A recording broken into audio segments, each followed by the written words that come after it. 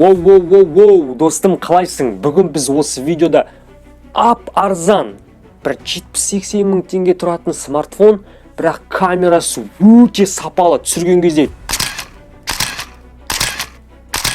сапалы түсіретін, фотосының сапасы өте керемет смартфондарды сіздермен бірге топ 5 смартфонды көрсететін болам. Сондықтан видеоны аяғына шейін көр, сол кезде сен бірінші орындағы смартфонды көре алатын боласың.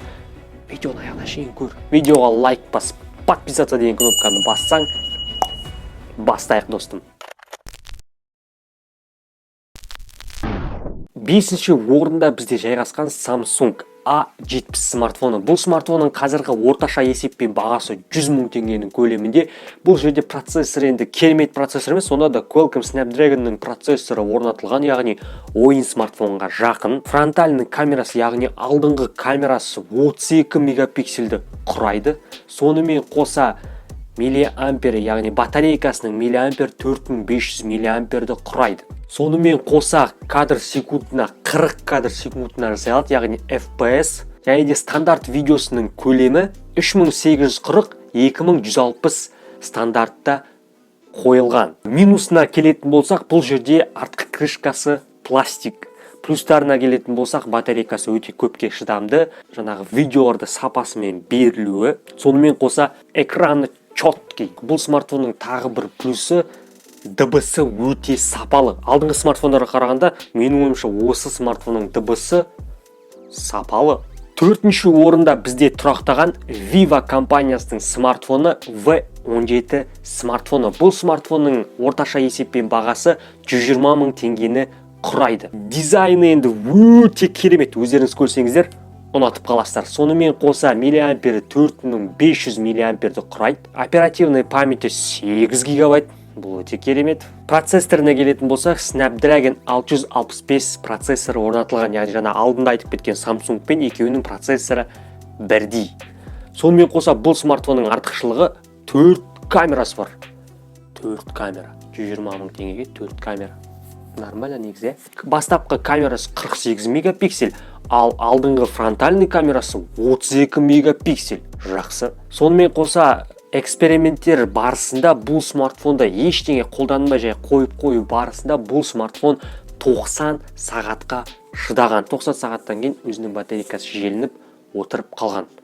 Менің ойымша ештеңе қолданбай бұл смартфонның 90 сағатқа шыдауы керемет нәтиже. Плюстарына келетін болсақ, бұл жерде супер AMOLED дисплей орнатылған. Және де өзінің орнатылған сканері бар. Және де мықты, өзінің өз ішіндегі мықтылығы бар. Яғни кез келген ойынды сізге оңай көтеріп бере алады. Минусына келетін болсақ, бұның фирменный софт, яғни өзінің орнатылған софты. Бренд софттар қолданылмаған, өзі орнатылған софт. Сондықтан басқа рейтингтер қарағанда өзінің софт кішкене төмен тұруы мүмкін. Осындай видеолар көп шықсын десең, біздің каналға жазылып, бірінші шыққан видеоларды бірінші көріп отыр. 3-ші орынға жайғасқан смартфон Realme XT. Бұл смартфонның орташа есеппен бағасы 70-90 мың теңгені құрайды. Сонымен қоса сіз ол бағаға оперативный памяті 8 гигабайттық смартфон аласыз. Сонымен қоса бұл IP технологияда нағыз жаңалық смартфон болды.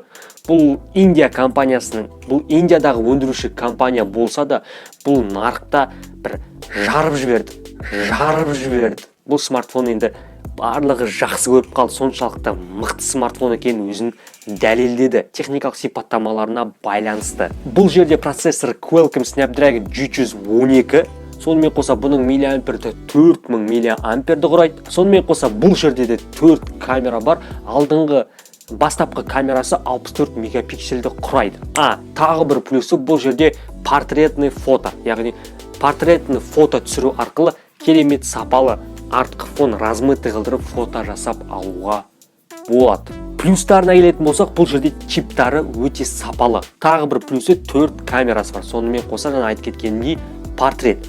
Ал минустарына келетін болсақ, бұл жерде корпусы өте сырғанақ. Қолда тұрған кезде сырғанақ болғандықтан бір түсіріп алатын сияқты сезімде боласың. Ал кейбір адамдар сатып алғаннан кейін түсіріп алғанда шығар. Сонымен достар, біз 2-ші орынға да жеттік. Қандай деп ойлайсыздар? Міндетті түрде комментарияға жазып кет. 2-ші орын бұл жерде Xiaomi компаниясының Redmi Note 8 Pro смартфоны. Неге дейсіздер ғой? Бұл бір әлемді жар жерді десем бір артық айтпаймын, өйткені бұл смартфон әлемді шынымен де жарды. Өйткені бұл революция ендірді. Бұл смартфон шыққан бетте адамдар топ-тобымен осы смартфонды ала бастады. Бұл смартфонның тиражы 106 миллион адам. Әлем бойынша 106 миллион адам осы смартфонды қолданады екен. Бұл смартфон топқа ену себебі 4 камерасы бар. Бастапқы камерасы 64 мегапиксельді құрайды. Сонымен қоса 4500 миллиамперлі батарейкасы бар. 32 сағатқа оп-оңай шыдап береді. Сонымен қоса егер де сіз бір мобильді қосып қойып интернетпен бір тоқтамай қолданатын болсаңыз да 16 сағатқа шыдап береді. Ойлап қараңызшы, қолданып қанша фото, видео түсірсеңіз де 16 сағатқа шыдап береді. Қалтаңызда жүрген бір қосымша powerbank сияқты ғой. Плюстарына келетін болсақ, бұл смартфонның ұзақ жұмыс жасауы, фотоға жақсы сапалы түсірілуі, 2 карттық зумы бар. Сонымен қоса сенсоры 64 мегапиксельді құрайды. Ал минусына келетін болсақ, бұл смартфонның әлі тағы да ағалары, дөдағалары шығады. Сондықтан бұл смартфон артта қалып қоюы мүмкін. Бірақ сонда да егер сіз бұл смартфонды алсаңыз, өкінбейсіз. Дөдағалар деген түсіндер отыр. 9 Pro қазір шыққан, 10, 11, 12, 13, 14 Pro барлығы шығып кетеді. Сол айтып тұрмын, короче, сол бұл артта қалып қояды, көлеңкеде ешкім мұны білмей қалады шыққан. Бірақ бұл шынымен де сатылу тиражын жарып жүрген смартфон 106 миллион. Қазір одан да көп шығар. Redmi Note 8 Pro смартфонның қазіргі таңда орташа есеппен бағасы 90-80 мың теңгенің шамасында құрайды. Бұл әлі оған да түсуі мүмкін, өйткені Xiaomi компаниясы күннен күнге жаңа смартфондар шығаруда. Ал енді достар, біз көптен күткен сәт, ең арзан смартфон, сонымен қоса камерасы ең жақсы смартфон. Сіздердің назарларыңызда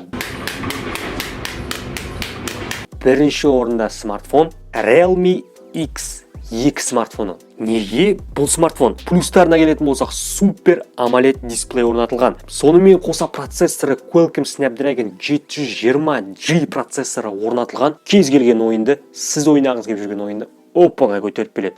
Қосымша камерасы, артқы камерасы, бастапқы камерасы 64 мегапиксель, ал алдыңғы фронтальный камерасы 32 мегапиксельді құрайды. Ойлаңызшы, 32 мегапиксель. Артқы камерасы 64 мегапиксель. Бұның орташа есеппен бағасы 120-130 мың теңгені құрайды. 120-130 мың теңгеге осындай керемет смартфон неге сатып алмасқа?